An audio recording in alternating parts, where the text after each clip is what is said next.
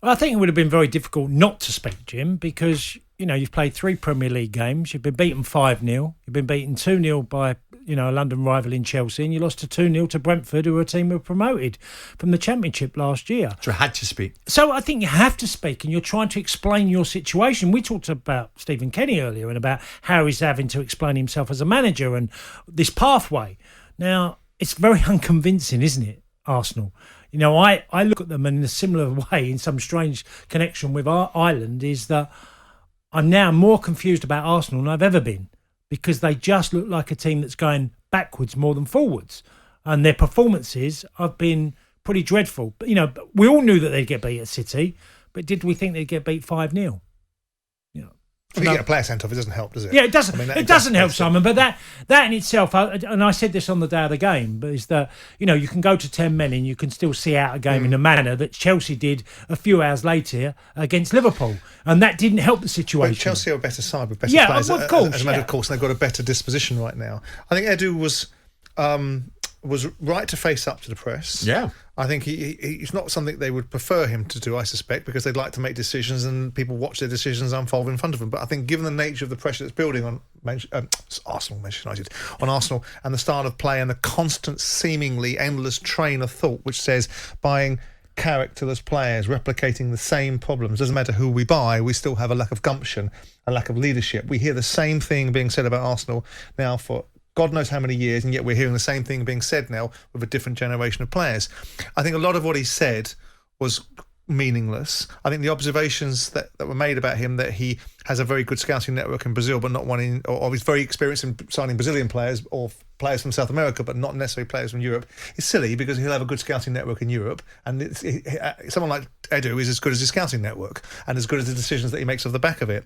I think it's an interesting one that they want to allow this squad to be balanced. It doesn't look balanced to me, and to evolve. So what you want to do is you want to get players that are learning to play for Arsenal alongside a manager that's learning to do a manager's job.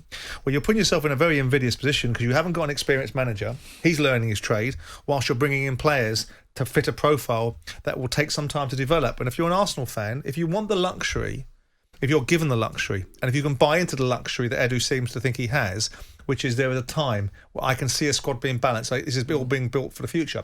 Well, Pepe is a decent player, but he's not a £72 million player, and he's been there for, 2.5 years? So how long's that future going to be before we see a £72 million footballer on the pitch? He showed at the end of last season there was something about him, and he looked like he was on the way forward. But you're right. I mean, I saw a lot of him at Lille, and when they paid 70-odd million, I was, wow, that's a big price. Yeah. That is a huge fee. Yeah. Now, obviously playing Norwich up next, if the unthinkable happened and they got beat at the Emirates by Norwich... Yeah. What do you think Monday morning is going to be like? Oh. The reaction to that. Now, that seems unlikely. I think they'll beat Norwich because they've had a dreadful start to the season. But if they didn't and they come off of a defeat, you can't, what other reaction is going to be absolutely dramatic? Yeah. And it's going to feel like it's carnage everywhere at the Emirates. I've seen Edu before, Simon, do it. He pushes himself front and centre. I remember being in Brazil, strangely, when Corinthians signed Alexander Pato, and the Brazilian press was into them about why we brought him back. And Edu elbowed a few aside and said, I'll take these questions, and was magnificent. So I reckon fair play to him. They've got to keep it going, even if it gets worse before it gets possibly. better. I mean, he's got to face up to the media. As Tony said, and we said last week, Arsenal have got 3 games now coming up that you'd expect some sort of results from. You can put the Man City and the Chelsea games on the back burner. You can't put the Brentford one there. But when they've got Norwich, Burnley, and then Tottenham in a North London derby, if those games go against Arteta, I think it's a case of the challenge is coming as to whether he's going to keep his job. I don't think it's a case... I've been a major fan of his, but I've moved from somebody that I thought was very good to somebody I think is all theory. And that's great if that's what you want, is a theoretical outcome. If you want a real outcome, you need people that are capable of delivering it in practice. And I just think it's a case of, not if, it's a case of when Arteta is taken out of the commission at Arsenal. I'm not sure if the answer is Edu.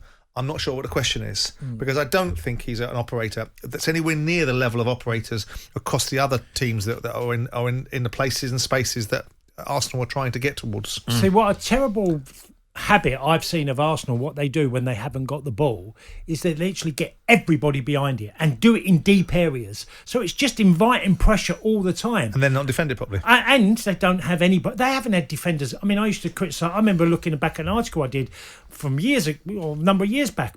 Koscielny not getting on the end and stopping crosses coming into the box, clearing his area. Yeah. And they had that problem. Now, we can all go back in time and think of players that we had before who've done brilliantly for us.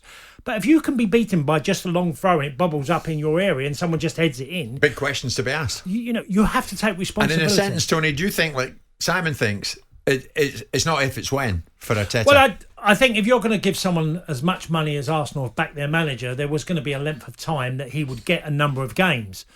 But if this, like Simon has alluded to, that these next 3 games, if you come out the wrong end and have a very poor return of points from these games, anything could happen before the next international break. Anything can happen. That's why I'm going for an Ireland-Scotland double tonight. Mr. Cascarino, thanking you so much.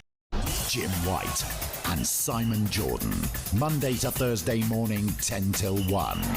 On AM, on DAB, via the talkSPORT app and on your smart speaker. talkSPORT.